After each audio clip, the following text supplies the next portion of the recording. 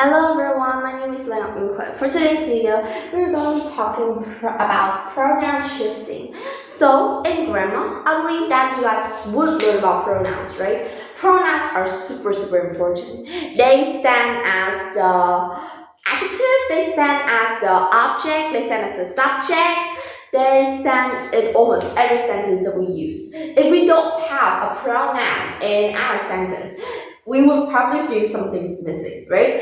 So pronouns are super important. But one thing that's even more important is matching the pronouns.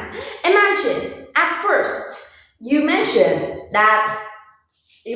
your girlfriend's name, but later you use the pronoun he.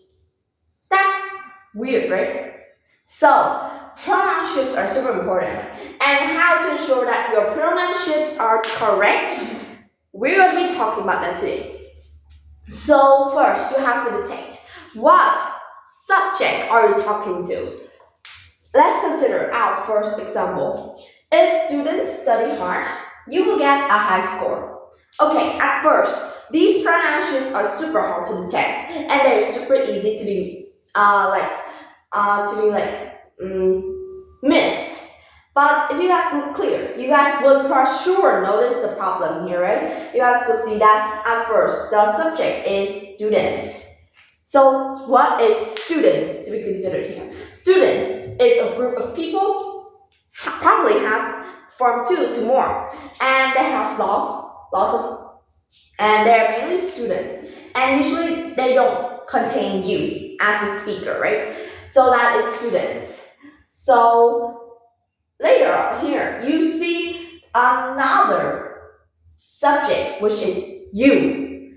And clearly, this sentence is saying that if students here are studying for you. So are you sure that it's correct? Because in this sentence, they're not directly saying to a group of students, but they're saying to an anonymous group of students. Yeah, it's just like wild, It's just like widespread like that. So in this case, you shouldn't use you, but if students are a group of people have for more than 2 people, right? And don't include you, and it's for sure not the group of people you're talking to. So the correct pronoun here will be they. So the correct sentence is, if students study hard, they will get a high score. Another example, they were in awe as it reached the building. Okay, so let's look at this. First, you guys have they, and you have it. Now, is there any match between these? No, they are both subjects. And subjects in one sentence needs to be connected to each other. So they are a group of people that have more than 2 people, not including us, not including the group of people that we're talking to, and it just have one object or one animal or one event. So this word it is impossible. So what word should you use? They were in awe as they reached the building. So this does not just happen with subjects pronouns, it happens with other objects pronouns. For example, like she just bought she just bought its book.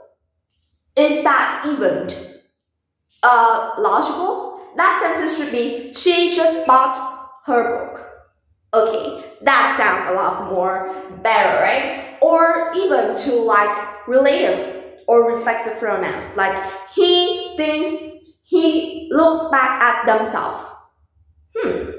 He's not a part of the group in themselves. So he looks back at himself. That's more correct. It also happens with what we say as